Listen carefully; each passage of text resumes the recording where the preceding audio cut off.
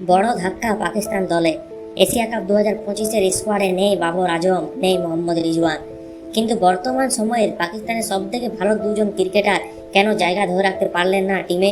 কেন পাকিস্তান দুজন অভিজ্ঞ খেলোয়াড়কে বাদ দিয়ে টিম ঘোষণা করলেন? পাকিস্তান দলের কোচ মাইক হাসান বলেন, বাবরকে বলা হয়েছে কিছু জায়গায় অ্যাগ্রেসিভ ক্রিকেট খেলতে। পরিসংখ্যান বলে বাবরের টি-20 স্ট্রাইক রেট 127 আর রিজওয়ানের 122, যা আজকের মডার্ন যুগের স্ট্রাইক রেটের তুলনায় অনেক কম। পাকিস্তান ক্রিকেট বোর্ড জানিয়েছে যারা ভালো খেলবে তারাই সুযোগ ধরে রাখতে পারবে টিমে, তাই বাবর ও রিজওয়ানের মতো প্লেয়ার টিম থেকে বাইরে।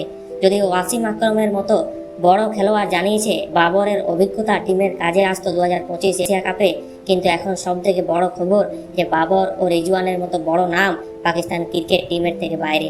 আপনার কি ধারণা যে পাকিস্তান ক্রিকেট বোর্ড যা সিদ্ধান্ত নিয়েছে তা কি একদম ঠিক? কমেন্টে জানাবেন আর চ্যানেলটি সাবস্ক্রাইব করবেন।